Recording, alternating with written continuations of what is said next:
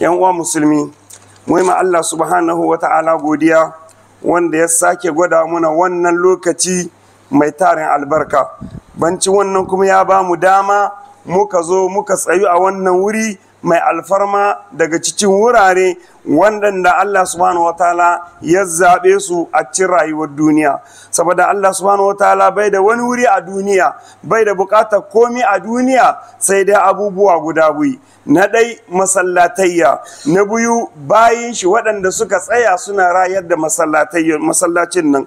To waɗannan abubuwa su ne Allah subhanahu wataala ya hiso a bisa kan doron ƙasa. Bancin wannan mun sa salati ga manzon Allah sallallahu alaihi wasallam wanda Allah subhanahu wa ta'ala ya turo muna shi, yana manzo ne mai rahama, yana manzo ne mai jinkai, yana manzo ne mai tausayi, yana manzo ne mai kiran al'ummar shi zuwa ga ayyuka na alheri.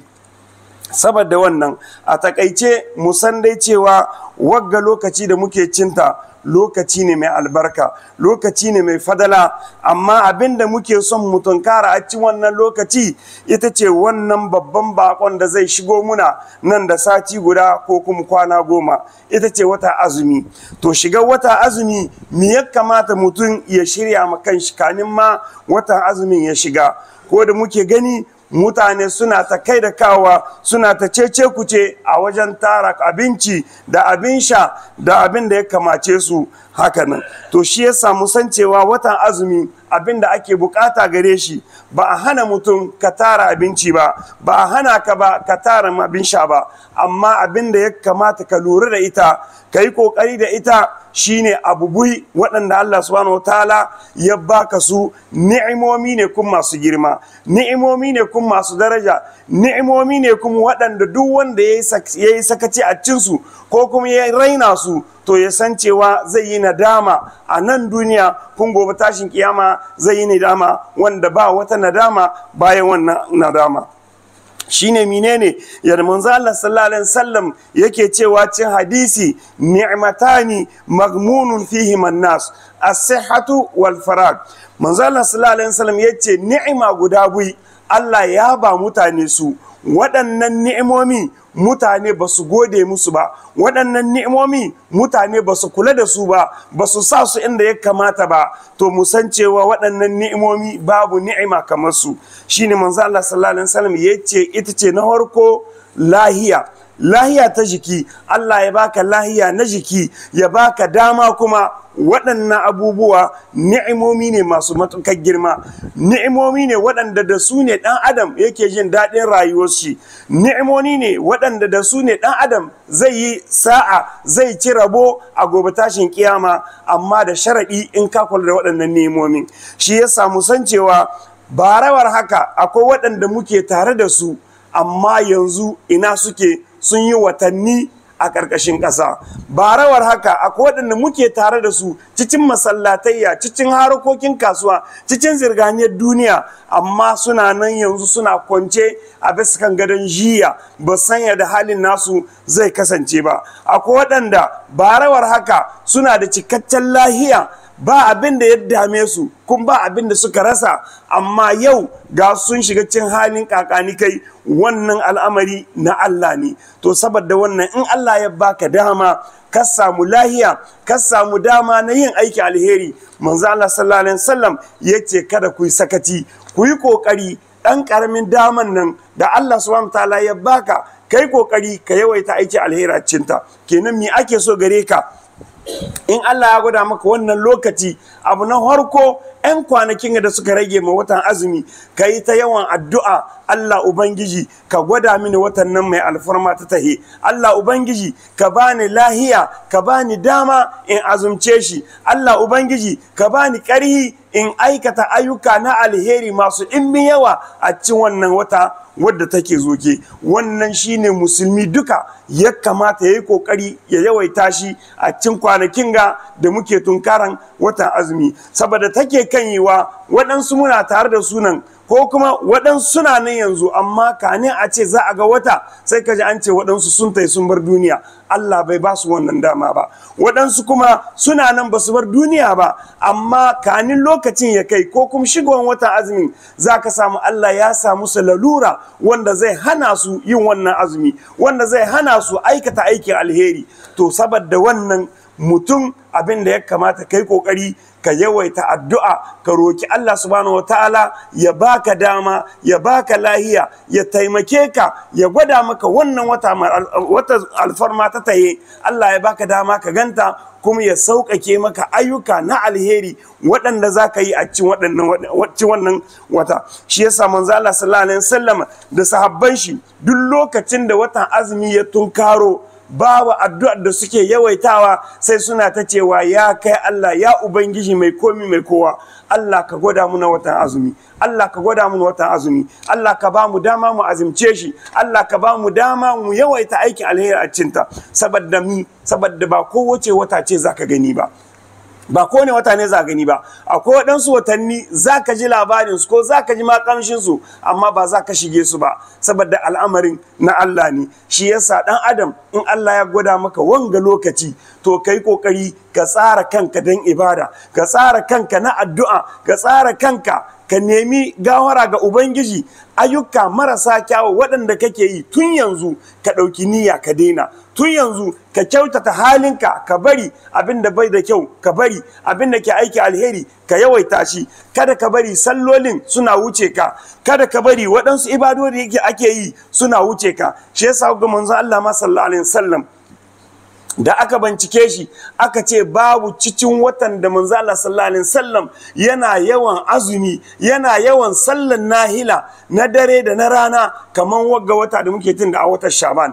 Har aka ce ma bai taba cika ta dai da azumi ba, amma yawancin kwanakin da yake jera ga juna yana yawaita ibada shine wata Shaban, wannan wata da muke citta. Har aka tambayi manzo Allah sallallahu alaihi wasallam, aka ce manzo Allah sallallahu alaihi wasallam me yasa kake yawaita ibada a cikin wagga wata alhali kuma ga wata ibadan nan zoke? Yace manzo Allah sallallahu alaihi wasallam yace musu saboda wagga wata ce na raggaye, wata ce ta masu rauni, wata ce wanda mutane ba su ba ta muhimmanci, sai dai su ce sai in watan azumi ya shigo a lokacin nan ne za su yi kuzari, za su kama jiki don saboda yin bautan Allah. Alhali kuma za ka tsara watan azumin ne tun cikin wagga wata da Ashaban, cikinta ne ya kamata ka shirya kanka saboda watan azumi. In baka shirya kanka cin wannan wata ba, sai in watan azumi ya shigo baka san halin da za ta iske ka da shi ba, saboda al'amarin naka da rayuwar taka ba a hannunka take ba, a hannun Ubangiji yake. Shi yasa duk aikin alheri da ka san kake da niyyar yi to kada ka yi jinkiri, ka yi kokari ka aikata shi tun yanzu kana da dama, saboda baka san abin da zai zo a gobe ba. Shi yasa dan adam yana rayuwa ne a cikin zamani guda uku, cikin lokaci guda uku ne ɗan adam ke rayuwa. Na ɗai lokaci wanda bai taho ba, kana nan kana da anani, kana da kyautata zato lokaci kaza in ni same shi, in ya kai ni ina so in samu kaza ko in aikata kaza. Wannan lokacin kana da hanzarin shi ne amma baka san cewa za ka kai gare shi ko ba za ka kai gare shi ba. In ta zo abin da kake son aikata cinta, kana samun damar yin ta ko baka samun damar yin ta, wannan ma baka san ta ba. Haka nan ne lokacin na biyu shine lokaci wadda ta wuce, wanda shine lokaci na nadama, shine lokaci na hasara, wanda in ka tsaya kan lisahi kanka da kanka ga wuni a ce ma ka tsaya ka yi lisahi jiya da ta wuce aikin alheri guda nawa ka yi, aikin mummuna guda nawa ka yi. Anya kwa kana iya maido aikin gobe ko baka iya maido shi, ko kuma goben da ta wuce kana iya dawo da ita ta kasance gobe, ko kuma ba ka yi wanda na jiya, aikin na jiyan da ka yi kana yi maido jiyan nan ko ba ka yi maido shi, wannan ba san da shi ba, wannan Allah kaɗai ne ya san da shi. Amma abin da ake so wanda ya zama alheri shine goben da attahe ko lokacin da attahe ko lokacin da ke gabanka, shine ya kamata kai kokari ka kyautata niyyarka, ka gyara halin naka. In ta zo ka ɗauki niyya guda mai kyau da ikhlasi. Allah in ka gwada mini wata azumi, Allah in ka gwada mini lokaci kaza zan aikata abu kaza, wannan zai kasance tsakaninka da Ubangijinka.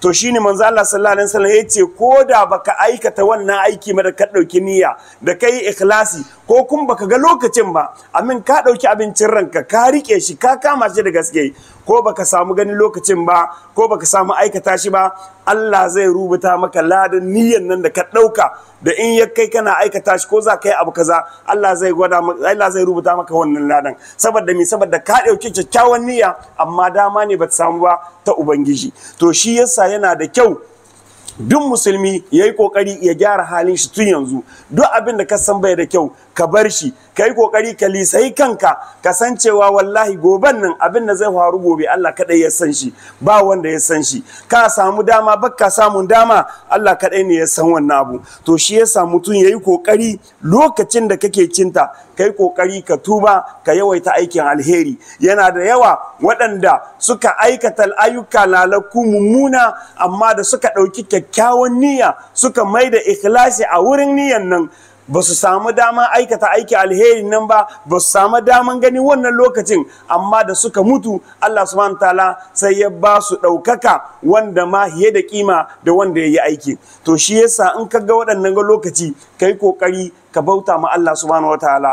Dan adam in kaga kana tare da wani mutunan nan a ce ma babban malami ne, yadda ya zo cin hadisai manzo Allah sallallahu alaihi wasallam a zamanin shi waɗansu sahabbai guda ya rasu, guda kuma ya kingi. Wanda ya rasu nan yana daga cikin sahabbai na harko, yana daga cikin masu kokari na harko, yana daga cikin waɗanda suka sawaikar da rayuwarsu saboda addini, amma da suka bar sauran gobe tashin kiyama da Allah ya tada su, waɗanda suka yi rayuwa a ƙarshe sai ga suka wuce waɗancan na gaba lada da aiki alheri. Me yasa? Saboda kwanakin da suka samu suka rayu a bayan mutuwan waɗancan, saboda ayyukan da suka aikata a bayan mutuwan waɗancan shine ya kai su wannan matsayin. To shi yasa kada kai jinkiri, ka ga wane ya mutu jiya kai kana da rai, to kai kokari ka gode ma Allah kuma ka yawaita aikin alheri, saboda wa'azi shine Allah subhanahu wataala yake maka, kasancewa kai ma gobe ko jibi kai ne za ka dawo a wurin shi,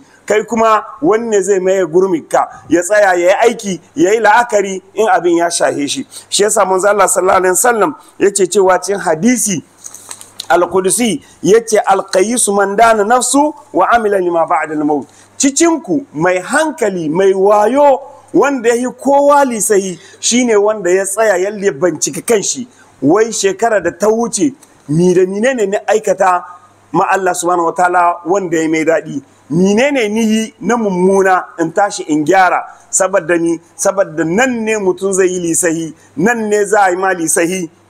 Gobe babu lisahi, sakamako ne ke da kwai. Kenan duniya gidan aiki ne ba gidan sakamako ba, lahira kuma gidan sakamako ne ba gidan hisabi ba ne. Shi yasa kowa ya bincika kanshi a wanga lokacin da kake ci, a wannan halin da kake ci, ka san yaya ne za ka yi ka gyara halayenka, abin da ke tsakaninka da ubangijinka, abin da ke tsakaninka da 'yan uwanka. In akwai laihi ko kuskure ko gaba ko makamanci haka nan, kai kokari ka nemi gafara, kai kokari ka tuba, ka gyara halinka, ka tsaya a bisa kan hanya madaidaiciya. Insha Allah Allah subhanahu wataala zai sa ka cika da imani, kuma za ka gama duniyan nan lahiya lumi. Inda muka samu daidai Allah subhanahu wataala ya ba mu ladan, inda muka yi kuskure Allah subhanahu wataala ya yi mun aikin gafara. Allahumma izal islam wal muslimin wa adhilla shirk wal mushrikin wa dammir a'daka a'da ad-din وانصر عبادك الموحدين.